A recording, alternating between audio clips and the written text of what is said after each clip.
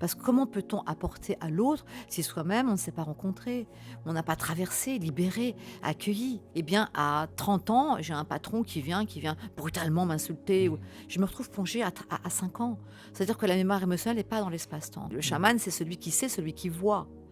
Donc le chaman, il a cette capacité médiumnique aussi d'accompagner. Et ça, c'est important qu'on le dise parce qu'aujourd'hui, on est dans un monde où pour moi le chamanisme est très galvaudé.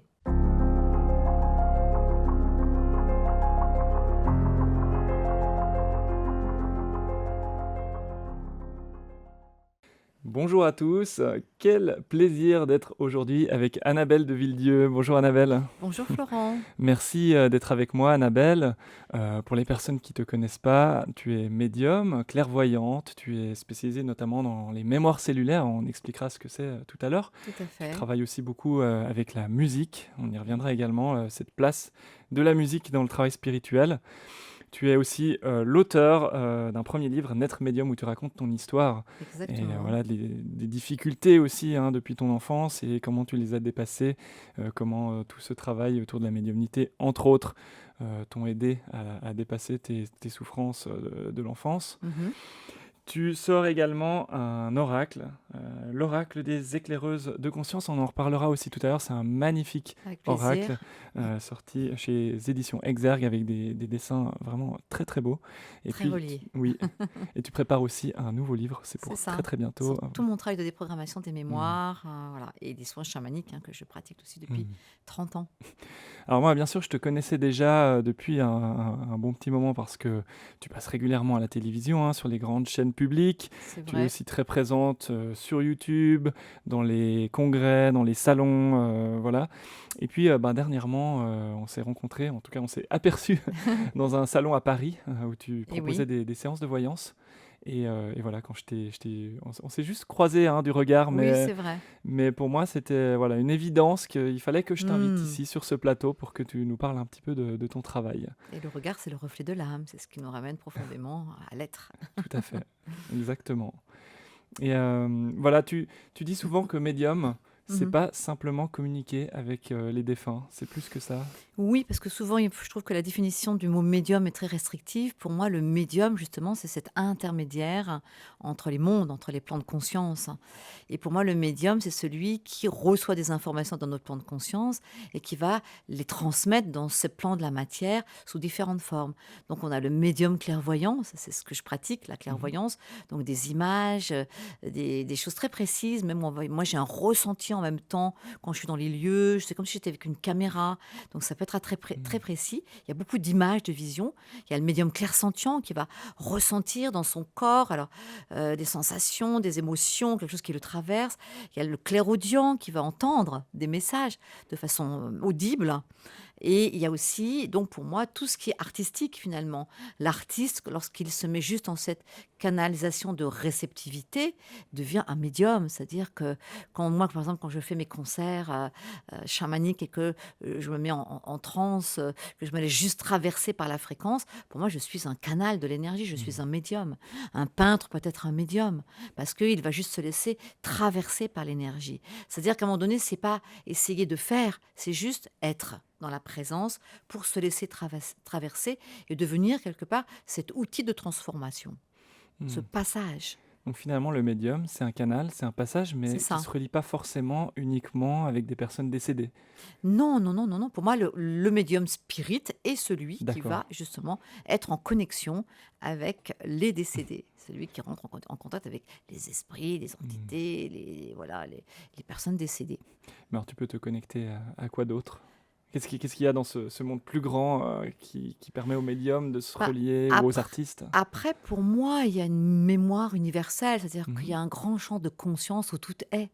Parce que, pour avoir fait des études d'ingénieur et avoir aussi approché la physique quantique, hein, tout est en fait et quand on va le médium a cette capacité d'aller capter l'information dans un champ de conscience, de l'instantanéité, c'est-à-dire où le passé, le présent, le futur sont. Donc quand on agit sur, un passé, on transforme un futur. Quand on agit sur un futur en le projetant ou en transformant, eh ben, on agit aussi sur du passé. Donc en fait, tout est une question, d'information, dans un grand ordinateur central, pour moi, de la conscience où tout est, hein. C'est pour ça que la canalisation, c'est juste se brancher quelque part sur ce grand ordinateur central et recevoir les informations. Mmh. Alors, et c'est pas juste, voilà, de la curiosité, hein, d'aller chercher ces informations, bien évidemment, quand tu accompagnes, des gens. Mm. Quel est le sens, à travers la voyance, à travers la médiumnité, de capter, ces informations? Bah, en fait, pour moi, c'est avant tout un accompagnement, une aide. Ça permet justement d'accompagner les personnes sur leur propre chemin. Parce que on ne voit pas souvent pour soi-même. C'est-à-dire qu'il faudrait être spectateur émotionnellement pour avoir la capacité vraiment de voir pour soi. Alors, on peut avoir cette capacité parce que on a un corps physique et aussi notre instrument de musique qui ressent tout, qui capte tout. Et le corps, il s'ouvre quand c'est OK, il se ferme quand c'est pas OK. Quand on rencontre quelqu'un, la première intuition, généralement, c'est la bonne. Mmh. Je l'ai senti, je l'ai pas senti, puis après quand on se dit: «Ah bah oui, avec le recul, au début, j'avais senti ça». Donc on a ces perceptions, ces capacités de ressentir, mais pour pouvoir vraiment voir pour soi, il faudrait être spectateur de soi, c'est-à-dire ne pas du Mmh. tout être relié émotionnellement. Donc le médium, il est dans cet accompagnement qui permet à la personne d'aller vers aussi son évolution, des compréhensions, de l'aider sur son chemin pour qu'elle puisse aussi, aller sur son véritable chemin d'âme, parce que souvent on n'y est pas. Parce que toutes les éducations, les carcans, les croyances limitantes, les peurs, tout ce qu'on a eu dans notre système, déjà quand on était enfant, de la construction psycho-émotionnelle de l'enfance, plus les mémoires transgénérationnelles, plus les mémoires karmiques, plus beaucoup de choses qu'on porte quelque part, on n'est pas souvent dans notre chemin, surtout dans ce qu'on a aussi été, dans ce qu'on a vécu dans notre enfance. On nous a dit: «Fais pas ci, fais pas ça, tais-toi». On nous coupe de nos spontanéités, de notre, énergie de vie et souvent il y a beaucoup de personnes qui ne sont pas sur leur véritable chemin, d'âme Mmh. et donc l'idée, c'est de les aider aussi à aller vers ce qui est leur propre lumière, vers ce qui est bon pour eux, de les accompagner et d'aller peut-être aussi aller les aider à chercher profondément, à aller rencontrer aussi ce que j'appelle moi toutes ces parts d'ombre pour y mettre de la lumière. Ce qui est le travail chamanique, hein, dans son essence aussi. Le Mmh. chaman, c'est celui qui sait, celui qui voit. Donc le chaman, il a cette capacité médiumnique aussi d'accompagner. Et ça, c'est important qu'on le dise parce qu'aujourd'hui, on est dans un monde où pour moi le chamanisme est très galvaudé. Mmh. Alors que c'est une voie d'expérimentation avant tout. Et on fait un week-end de tambour, on est chaman et on fait une formation. Non, c'est une voie d'expérimentation. Moi, je l'ai expérimenté pendant 30 ans. Je suis allée dans l'Amazonie, avec les guérisseurs mayas, au Pérou. Enfin voilà, j'ai vécu des initiations où j'ai même failli, j'ai frôlé la mort. Donc, le chamanisme est une voie d'expérience. Et le chaman est un homme, une femme qui a la capacité de voir, d'accompagner dans les voyages. Il a aussi cette possibilité-là. J'interromps un instant cette vidéo pour vous dire que votre soutien compte beaucoup pour nous. Si vous aimez nos vidéos, je vous invite à vous abonner à notre chaîne et à cliquer sur le petit pouce levé qui se trouve sous la vidéo. C'est pas grand chose, mais ça nous aide à faire connaître nos contenus auprès d'un plus large public. Voilà, merci beaucoup pour votre aide et maintenant reprenons notre vidéo. Hmm. Donc, c'est un canal, un médium également. Ah oui. Eh oui. Tu parles de chemin d'âme. Tout à l'heure, hors caméra, tu me disais, voilà, il y a une destinée, mais on est libre quand même et on ne suit pas forcément cette destinée. Tu peux expliquer un petit peu ce que tu entends par là? Et oui, pour moi, il y a le libre arbitre et la destinée. C'est-à-dire qu'en fait, notre âme, elle a choisi d'incarner cette matière dans une certaine dimension de transformation, de transmutation. Parce qu'à travers l'expérience de la matière, la corporalité, ben, on peut arriver à aller vers cette transformation intérieure profonde. Donc le chemin d'âme, c'est notre chemin de naissance, c'est ce qu'a choisi là. Même les parents, quelque part, c'est du karmique. L'âme choisit les parents par rapport à ce qu'elle a besoin dans son propre champ d'évolution. Pour ça, parfois, on ne comprend pas toujours pourquoi on a des parents toxiques, mais c'est un choix d'âme. Et la personnalité, elle a envie d'autre chose. Elle aurait envie d'avoir un environnement plutôt sympa, doux, agréable. C'est pas toujours le cas. Et en fait, donc, à chaque instant, on a notre libre arbitre, c'est-à-dire que nous sommes des êtres aussi de responsabilité. C'est nous, à nous de faire nos propres choix. Et aussi, la voyance se fait sur l'instantanéité, c'est-à-dire qu'en fait, il y a une fréquence à laquelle tu vas vibrer, on va se relier à cette fréquence et moi je vais avoir des informations. Si tu fais un chemin avec toi-même pour aller peut-être libérer ce que tu portes, hein, les boulets du passé, les peurs, les traumatismes, l'autosabotage, eh bien ta fréquence va changer. Donc sur un autre instant T, eh bien ça sera peut-être plus tout à fait la même chose Mmh. dans le quotidien de vie. Mais après il y a des événements, il y a des êtres qui font partie du chemin d'âme. Donc cela on va les rencontrer inévitablement. Quoi qu'on fasse, si on prend le chemin A, le chemin B, on va les rencontrer. Mais on a à chaque instant on est des créateurs, en fait.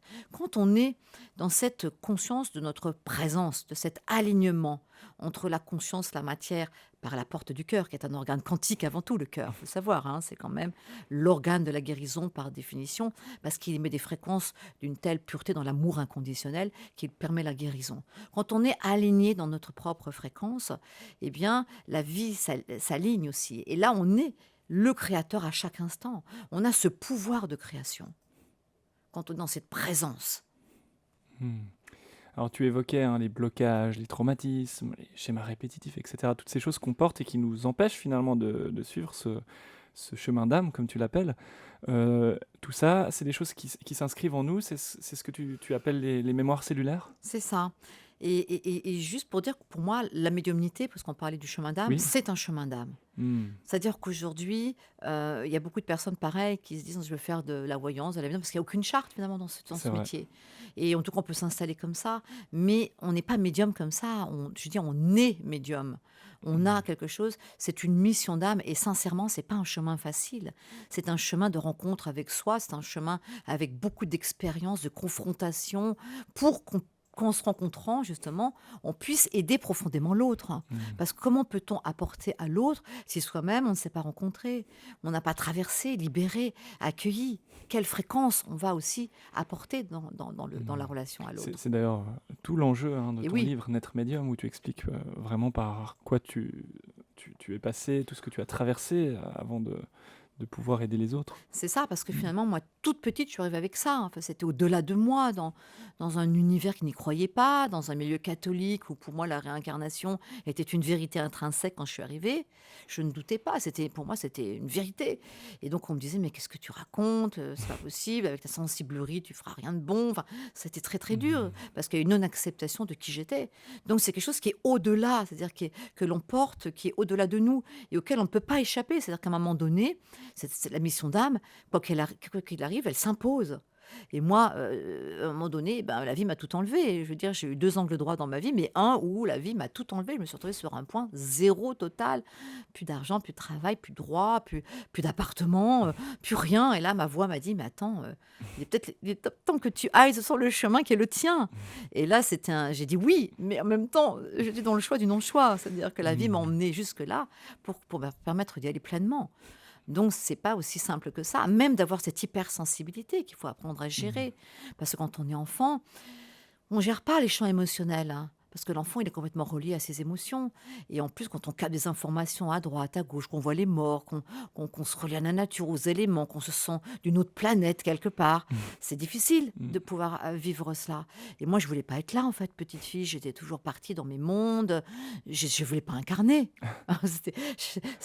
Le monde me convenait pas. J'étais trop bien, moi, là-haut, avec la lumière, avec mes guides, voilà. Mais peut-être que ça m'a aidé, bien sûr, parce que dans un environnement difficile et toxique, qui ne reconnaît pas. Je pense que ma médiumnité, je l'ai peut-être hyper développée aussi parce que ça me permettait de partir aussi Mmh. et de pas être là. Mmh. Et donc pour revenir aux mémoires cellulaires, bah, Et oui, justement, tu t'es rendu compte aussi durant tout ce chemin que tu portais des choses mais bien et que des sûr. choses se répétaient dans ta vie. Tu parles du rapport hein, entre tes parents, ta mère et ton père, et Mmh. des choses qui se sont retrouvées plus tard ensuite. Et oui, parce qu'en fait, quand on est enfant, déjà de 0 à 7 ans, on est complètement relié émotionnellement à ses parents. C'est-à-dire que papa, maman, c'est une forme d'archétype idéaliste, hein. Et en fait, on ne remettra jamais en question le parent. C'est-à-dire que si papa et maman ne me donnent pas d'amour, de sécurité, de présence, de reconnaissance, eh ben, la petite fille, le petit garçon, il va se dire: si ma maman elle m'aime pas, c'est que moi j'ai dû faire quelque chose. Donc il y a déjà de la culpabilité Mmh. là-dedans. Donc après il y a un fonctionnement de culpabilité. Et s'il n'y a pas assez d'amour, de présence, de reconnaissance, eh bien l'enfant il n'est pas nourri. Il ne peut pas devenir un adulte construit. Donc lui, face à une difficulté, face à un monde hostile, peut-être même de la violence, parce que moi j'ai aussi traversé de la violence dans mon enfance, eh bien l'enfant va mettre des mécanismes de survie, ce qu'on appelle des mécanismes de survie en place, hein, qui sont reliés à notre cerveau reptilien, que notre cerveau de survie. Mais quand on a mis ces mécanismes-là en place, ce sont des mémoires actives qui ne sont Mmh. pas dans l'espace-temps. C'est-à-dire que si je fais un traumatisme à 5 ans, Par exemple, où l'enfant, lui, dans sa spontanéité, dans sa joie, dans sa légèreté, et puis à un moment donné, on lui donne une grosse claque, et là, il se fige, il ne comprend pas ce qui se passe, et on le coupe de cette sensibilité, de cette spontanéité. Eh bien, à 30 ans, j'ai un patron qui vient brutalement m'insulter. Mmh. Je me retrouve plongée à 5 ans. C'est-à-dire que la mémoire émotionnelle n'est pas dans l'espace-temps. Ah, Et c'est un mécanisme qui nous permet de survivre. donc elle nous replonge dans les situations C'est du ça. passé. Et dans le chamanisme, d'ailleurs, on explique qu'il s'agit de la perte d'un fragment d'âme. C'est-à-dire qu'en fait, quand une partie de soi, à un moment donné, se fige face à un choc, il y a comme une partie de son âme qui sort du corps. Mmh. Parcelle de soi qui n'est plus là. Avant, j'étais spontané, joyeux, puis après, je me ferme, j'ose plus. Donc, c'est tout ce travail qu'on a besoin de réhabiliter. Parce que quand je porte toutes ces mémoires-là, qui sont ancrées dans mon système, en fait, eh bien, je vais attirer avec cela. Parce que le monde extérieur n'est que le reflet de mon propre monde intérieur. J'émets, nous ne sommes que des fréquences, des vibrations, des énergies. Le corps physique, c'est quoi? C'est de la matière condensée. Donc, je ne suis que fréquence, vibration, énergie. Donc, je vibre avec une fréquence, avec des fréquences, j'émets. Et j'attire, récepteur, émetteur, avec mes fréquences. Donc, je ne peux pas être manipulée si je ne suis pas manipulable. On ne peut pas me soumettre si je prends ma place. Ça veut dire que je porte en moi les stigmates, quelque part, de tous mes mécanismes, de mes peurs, Mmh. de ce que j'ai engrammé dans mon système. Donc c'est ça, prendre sa part de responsabilité. C'est à un moment donné, regarder qu'est-ce qui fait qu'en moi, j'attire cette personne-là. Qu'est-ce qui fait que, en moi, je suis dans des schémas répétitifs en permanence. Ça veut dire que j'ai quelque chose à regarder. Parce que tu vois, dans la voyance, par exemple, je vais dire à quelqu'un, vous allez rencontrer quelqu'un, il est comme ci, il est comme ça, il a fait ci, il a fait ça. Et puis, je ressens quand même l'espace-temps, même si on ne peut pas quantifier, Mmh. puisqu'on n'est pas dans l'espace-temps. Mais je ressens, ça peut être des flashs, 3 mois, mois d'avril. Ah tiens, je sens que c'est plus lointain. Donc ça, c'est des ressentis. Eh bien, il y a des personnes pour qui ça se passe, mais exactement comme ça, dans la description. La personne, elle la rencontre comme elle était, et puis dans le timing. Et d'autres, non. Et je me suis dit à un moment donné, mais pourquoi il y a des personnes, ça se passe exactement, et d'autres non? Et c'est là que ça intervient. C'est-à-dire que quand je porte toutes ces blessures, eh ben, je ne suis pas alignée avec moi profondément. Je résonne avec mes blessures, donc des énergies denses. Et j'attire à moi en permanence la résonance de ces énergies. Et il y a ce qu'on appelle aussi cette espèce d'attachement inconscient à la toxicité. C'est-à-dire que dans la petite fille qui a été battue, elle a connu que ça. Donc elle a existé à travers ça. Et l'adulte, elle se dit, ben non, moi j'ai vécu la souffrance, la violence, je ne veux plus être là-dedans. Mmh. Mais la petite fille qui représente le champ émotionnel, l'enfant intérieur blessé, lui est toujours active, tant qu'elle n'a pas été accueillie, réconciliée, que l'adulte l'a pas pris sous sa responsabilité.